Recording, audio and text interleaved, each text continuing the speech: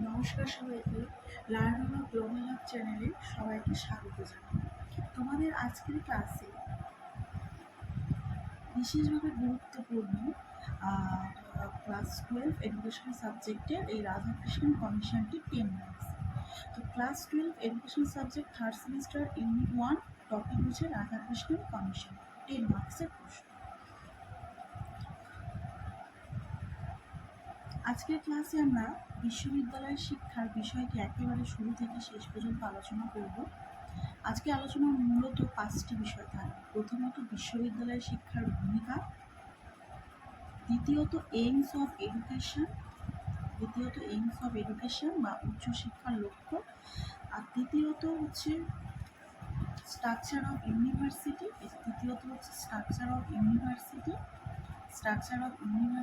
Education বা বিশ্ববিদ্যালয় শিক্ষার কাঠামো, আর চতুর্থ হচ্ছে curriculum for university of education, বিশ্ববিদ্যালয় শিক্ষার পাঠ্যক্রম, আর পঞ্চম হচ্ছে মিডিয়াম অফ এডুকেশন বা শিক্ষা মাধ্যম।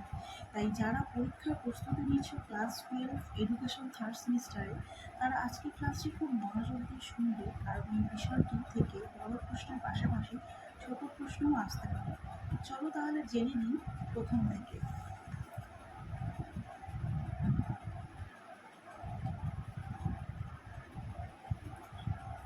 ফার্স্টে আছে বিশ্ববিদ্যালয় শিক্ষা কমিশন। সেটা হলো বিশ্ববিদ্যালয় শিক্ষা কমিশন উচ্চশিক্ষার ক্ষেত্রে, এটা নিয়ে একটু বোঝাচ্ছি, তোমরা নোটস করে রেখো। উচ্চশিক্ষার ক্ষেত্রে বিশ্ববিদ্যালয়ের ভূমিকা অত্যন্ত গুরুত্বপূর্ণ। বিদ্যালয় স্তরে শিক্ষার্থীরা প্রাথমিক ও মাধ্যমিক জ্ঞান অর্জন করে, কিন্তু বিশ্ববিদ্যালয় স্তরে সেই জ্ঞানকে আরও গভীরভাবে বাস্তবায়িত করা হয়। বিশ্ববিদ্যালয় শিক্ষার মাধ্যমে একজন শিক্ষার্থী নিজের পছন্দের বিষয় সম্পর্কে গভীর জ্ঞান অর্জন করতে পারে এবং ভবিষ্যতের কর্মজীবনের জন্য নিজেকে প্রস্তুত করতে পারে। শুধু জ্ঞান অর্জন করাই বিশ্ববিদ্যালয় শিক্ষার উদ্দেশ্য নয়, এর পাশাপাশি শিক্ষার্থীর চিন্তা শক্তি, বিচার শক্তি, সৃজনশীলতা, গবেষণা বা মানসিকতা এবং সামাজিক দায়িত্ববোধ গড়ে তোলাও বিশ্ববিদ্যালয় শিক্ষার গুরুত্বপূর্ণ কাজ। অর্থাৎ এই বিশ্ববিদ্যালয় শিক্ষা একজন শিক্ষার্থীকে শুধু পরীক্ষায় ভালো ফল করার জন্য প্রস্তুত করে না, বরং তাকে একজন জ্ঞান সম্পন্ন, দক্ষ, দায়িত্বশীল ও সচেতন নাগরিক হিসেবে গড়ে তুলতে সাহায্য করে। তো এটা তো গেল আমাদের ইন্ট্রোডাকশন। এরপরে চলো আমরা এইমস অফ এডুকেশন বা এইমস অফ হায়ার এডুকেশন নিয়ে বা উচ্চশিক্ষা নিয়ে বলি। এবারে আমরা আসবো আজকে সবচেয়ে গুরুত্বপূর্ণ অংশে, উচ্চশিক্ষার উদ্দেশ্য বা এইমস অফ এডুকেশন। উচ্চশিক্ষার উদ্দেশ্যগুলিকে কয়েকটি ভাগে ভাগ করা যায়। তো আমি তো এগুলো দিয়েছি: নেতৃত্বদানের শিক্ষা, জাতীয় সংহতি শিক্ষা, সাংস্কৃতিক জীবনের গতিশীলতা, সামাজিক চাহিদা ও শিক্ষার সমান অধিকার। তো এগুলো শর্ট প্রশ্ন, এগুলো নিয়ে আমি বোঝাবো। তার সাথে সাথে এগুলো শুধু 4-5টা আছে, এগুলো ছাড়া আরও অনেক আছে, আমি সেগুলোও বোঝাবো। তো আমি ফার্স্টে একটা কথা বলে দিই। আগে আমরা জ্ঞান অর্জন বা জ্ঞান বৃদ্ধি নিয়ে বলব। এগুলো ছাড়াও আছে জ্ঞান অর্জন ও জ্ঞান বৃদ্ধি। তো এটা নিয়ে ফার্স্টে বলি। উচ্চশিক্ষার অন্যতম প্রধান উদ্দেশ্য হল শিক্ষার্থীদের জ্ঞান বৃদ্ধি করা। বিশ্ববিদ্যালয়ের শিক্ষার্থীরা নির্দিষ্ট বিষয় সম্পর্কে গভীর ও বিস্তৃত জ্ঞান অর্জন করে। এর ফলে শিক্ষার্থীর নিজের বিষয় সম্পর্কে ধারণা যেমন পরিষ্কার হয়, তেমনি নতুন জ্ঞান অর্জনে আগ্রহ বৃদ্ধি পায়। 2 হচ্ছে দক্ষতা ও ক্ষমতার বিকাশ।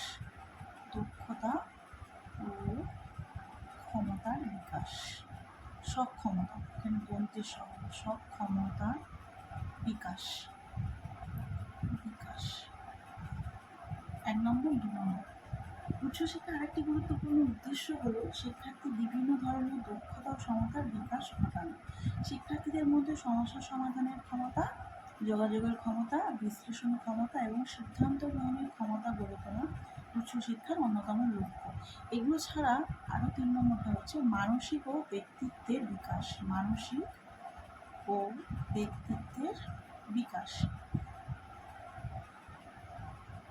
বিকাশ। সেখানে বলেছে উচ্চশিক্ষা শিক্ষার্থীর সামগ্রিক ব্যক্তিত্ব বিকাশে গুরুত্বপূর্ণ ভূমিকা পালন করে।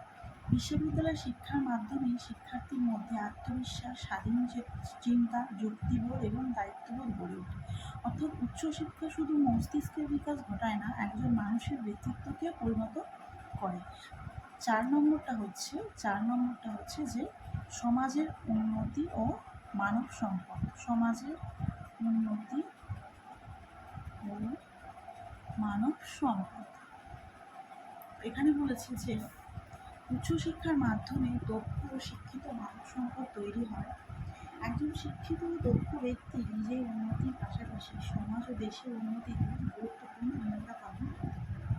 তাই উচ্চশিক্ষার ক্ষেত্রে একটি গুরুত্বপূর্ণ উদ্দেশ্য হল দেশের অর্থনৈতিক, সামাজিক ও সাংস্কৃতিক উন্নতিতে অবদান রাখতে সক্ষম নাগরিক তৈরি করা। তো এটা হলো 4 নম্বর। আর 5 নম্বর হলো গবেষণা ও নতুন জ্ঞান সৃষ্টি। বিশ্ববিদ্যালয় হলো গবেষণার একটা গুরুত্বপূর্ণ কেন্দ্র।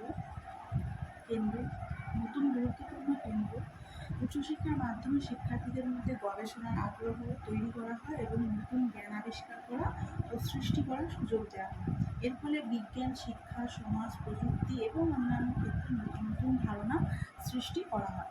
তো এরপরে এটা গেল। তো এগুলো আমি তোমাদের এক্সট্রা বললাম। এটা ছাড়াও এগুলো নেতৃত্বদানের শিক্ষা, এই পয়েন্টগুলো রাখবে মাথায়। বলেছে এই শিক্ষার লক্ষ্য হবে এমন যাতে শিক্ষার্থীরা দেশের রাজনৈতিক, শাসনতন্ত্র সংক্রান্ত বিষয়ে নেতৃত্ব দেওয়ার যোগ্যতা অর্জন করে। 2 নম্বর জাতীয় সংহতি কি?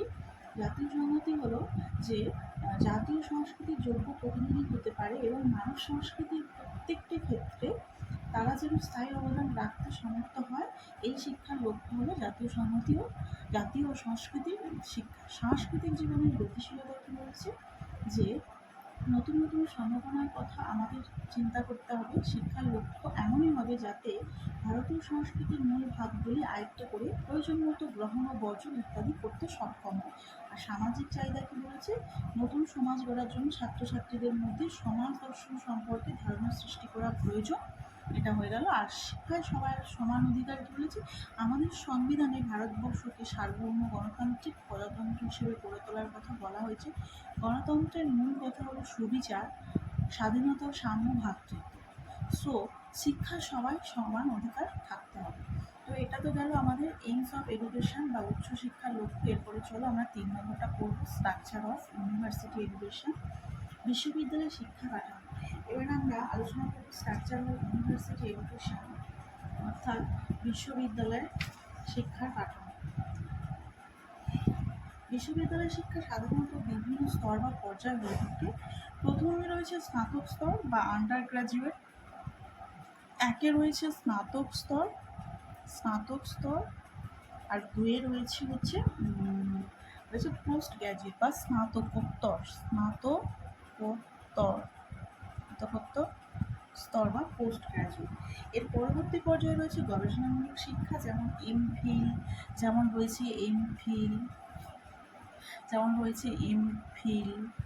পিএইচডি, এগুলো হচ্ছে এমফিলের পরবর্তী গবেষণা পর্যায়ে এবং বর্তমানে প্রধান হচ্ছে পিএইচডি স্তরের গবেষণা। বিশ্ববিদ্যালয়ের কাঠামোর মধ্যে বিভিন্ন ফ্যাকাল্টি, ডিপার্টমেন্ট, সেন্টার এবং ইনস্টিটিউট থাকতে পারে। প্রতিটি বিভাগ নির্দিষ্ট বিষয়ে শিক্ষা ও গবেষণার দায়িত্ব পালন করে। উদাহরণ হিসেবে বলা যায় education department, history department, Bengali department, physics department ইত্যাদি।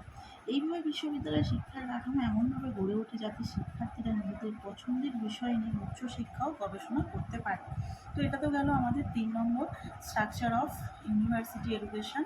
এবার চলো আমরা 4 নম্বরটা করবো। 4 নম্বরে কী বলেছে? Curriculum for university education. তো বিশ্ববিদ্যালয় শিক্ষার পাঠ্যক্রম। এবার আসি চতুর্থ গুরুত্বপূর্ণ বিষয়, কারিকুলাম অফ ইউনিভার্সিটি এডুকেশন, অর্থাৎ বিশ্ববিদ্যালয় শিক্ষার পাঠ্যক্রম। বিশ্ববিদ্যালয় পাঠ্যক্রম এমন হওয়া উচিত যাতে শিক্ষার্থীর জ্ঞান, দক্ষতা, চিন্তাশক্তি এবং ব্যবহারিক ক্ষমতার বিকাশ হয়। বিশ্ববিদ্যালয় পাঠ্যক্রমগুলো তাত্ত্বিক বিষয় থাকলে হবে না, এর সঙ্গে ব্যবহারিক শিক্ষা, গবেষণা, প্রকল্প, সেমিনার এবং সহশিক্ষামূলক কার্যক্রমের সুযোগ থাকা দরকার। একটি ভালো বিশ্ববিদ্যালয় পাঠ্যক্রমে কয়েকটি গুরুত্বপূর্ণ বৈশিষ্ট্য হলো, প্রথমত পাঠ্যক্রম হবে আধুনিক ও ব্যবহারিক শিক্ষার সমন্বয় থাকবে। দ্বিতীয়ত পাঠ্যক্রমে তাত্ত্বিক ও ব্যবহারিক শিক্ষার সমন্বয় থাকবে। আচ্ছা, তৃতীয়ত শিক্ষার্থীদের গবেষণা ও সৃজনশীলতার সুযোগ থাকবে। চতুর্থত কর্মজগতের প্রয়োজন অনুযায়ী দক্ষতা অর্জনের সুযোগ থাকবে। এবং পঞ্চমত পাঠ্যক্রম এমন হবে যাতে শিক্ষার্থীদের মধ্যে সামাজিক ও নৈতিক মূল্যবোধ গড়ে ওঠে। অর্থাৎ বিশ্ববিদ্যালয়ের পাঠ্যক্রমের লক্ষ্য হবে একজন শিক্ষার্থীকে শুধু ডিগ্রি দেওয়া নয়, বরং তাকে ভবিষ্যৎ জীবনে দক্ষ করে তোলা। তো এটা তো গেল আমাদের 4 নম্বর। 5 নম্বরে চলো শিক্ষার মাধ্যম, মিডিয়াম অফ এডুকেশন বা শিক্ষার মাধ্যম। বিশ্ববিদ্যালয়ের শিক্ষার মাধ্যমে একটি গুরুত্বপূর্ণ বিষয়, শিক্ষার্থীরা যে ভাষার মাধ্যমে সহজে বিষয়বস্তু বুঝতে পারে সেই ভাষায় শিক্ষা প্রদান করলে শিক্ষার্থীরা ইংরেজি ভাষারও গুরুত্বপূর্ণ ভূমিকা রয়েছে। শিক্ষা প্রদান ও শিক্ষার কার্যকারিতা বৃদ্ধি পায়। তবে উচ্চশিক্ষার ক্ষেত্রে বিভিন্ন বিষয়ে আন্তর্জাতিক যোগাযোগ এবং উচ্চমানের জ্ঞান অর্জনের জন্য ইংরেজি ভাষারও গুরুত্বপূর্ণ ভূমিকা রয়েছে। একই সঙ্গে ভারতীয় বিভিন্ন ভাষা এবং মাতৃভাষা ব্যবহারও শিক্ষার্থীদের বোঝার সুবিধার জন্য গুরুত্বপূর্ণ। তাই শিক্ষার মাধ্যম নির্ধারণের ক্ষেত্রে শিক্ষার্থীর সুবিধা, বিশেষ প্রকৃতি, উচ্চশিক্ষার প্রয়োজন এবং আন্তর্জাতিক যোগাযোগ এই সমস্ত বিষয় বিবেচনা করা উচিত। এরপরে চলো আমরা কিছু কুইক রিভিশন দেখে নিই। এবার আজকে পুরো বিষয়টি আমরা আরেকবার খুব সংক্ষেপে রিভিশন করে নিই।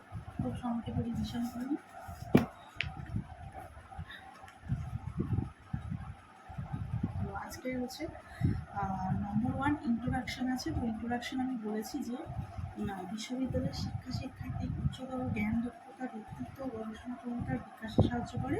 2 নম্বর হচ্ছে এইমস অফ এডুকেশন বা উচ্চশিক্ষার লক্ষ্য জ্ঞান বৃদ্ধি, দক্ষতা বিকাশ, ব্যক্তিত্ব গঠন, সমাজ ও দেশের উন্নতির জন্য মানব সম্পদ তৈরি এবং গবেষণার বিকাশ। তো 3 নম্বর হচ্ছে স্ট্রাকচার অফ ইউনিভার্সিটি এডুকেশন, বিশ্ববিদ্যালয়ের শিক্ষা কাঠামো, স্নাতকোত্তর এবং গবেষণামূলক শিক্ষার বিজ্ঞান পর্যায়ে নিয়ে বিশ্ববিদ্যালয় শিক্ষার কাঠামো গঠিত। আর কারিকুলাম কি আছে নম্বর, মানে 4 নম্বরটা curriculum for education for university education. পাঠ্যক্রম হওয়া উচিত আধুনিক, সমাপযোগী, ব্যবহারিক, গবেষণাভিত্তিক এবং দক্ষতা বিকাশের সহায়ক। আর 5 নম্বরটা আছে মিডিয়াম অফ এডুকেশন বা শিক্ষার মাধ্যম, শিক্ষার্থী বোঝার সুবিধা এবং উচ্চশিক্ষার প্রয়োজন অনুযায়ী উপযুক্ত শিক্ষার মাধ্যম নির্বাচন করা অনুপযুক্ত বা গুরুত্বপূর্ণ। তোমাদের এবারে কিছু একটা এক্সাম টিপস দিই। সেটা হচ্ছে যে তোমরা যারা পরীক্ষার জন্য প্রস্তুতি নিচ্ছ তারা একটা বিষয় অবশ্যই মনে রাখবে, 10 মার্কসের প্রশ্ন হলে শুধু পয়েন্ট লিখলেই হবে না। প্রথমে ছোটো করে ইন্ট্রোডাকশান লিখবে, তারপর প্রতিটি হেডিং দিয়ে পয়েন্টগুলো ব্যাখ্যা করবে, শেষে একটি সুন্দর কনক্লুশন লিখবে। তাহলে উত্তরটি অনেক বেশি গুছানো নাম্বার পাওয়া উপযুক্ত হবে। তো চলো আমি এর জন্য একটা ছোটো কনক্লুশন দিয়ে দিই তোমাদের এটার জন্য। তো বন্ধুরা, আজকের ক্লাসে আমরা ক্লাস 12 এডুকেশনের 3rd সেমিস্টারে ইউনিট 1-এর বিশ্ববিদ্যালয়ের শিক্ষা বিষয়ে ইন্ট্রোডাকশন থেকে শুরু করে এইম, স্ট্রাকচার, কারিকুলাম এবং মিডিয়াম অফ এডুকেশন সব কিছু আলোচনা করলাম। আজকের ক্লাসটি যদি ভালোভাবে বুঝে থাকো তাহলে অবশ্যই খাতায় গুরুত্বপূর্ণ পয়েন্টগুলো লিখে রাখবে এবং অত্যন্ত একবার রিভিশন করবে। পরবর্তী ক্লাসে আমরা এই বিষয়ে গুরুত্বপূর্ণ 10 মার্কসের আরও প্রশ্ন ও তার উত্তর কীভাবে পরীক্ষার খাতায় লিখবে সেটি আলোচনা করব। আজকের ক্লাসটি ভালো লাগলে ভিডিওতে একটি লাইক দেবে, বন্ধুদের সঙ্গে শেয়ার করবে এবং আমাদের চ্যানেলটি সাবস্ক্রাইব করে পাশে থাকবে। সবাই ভালো থেকো, মন দিয়ে পড়াশোনা করো। ধন্যবাদ, দেখা হবে পরবর্তী।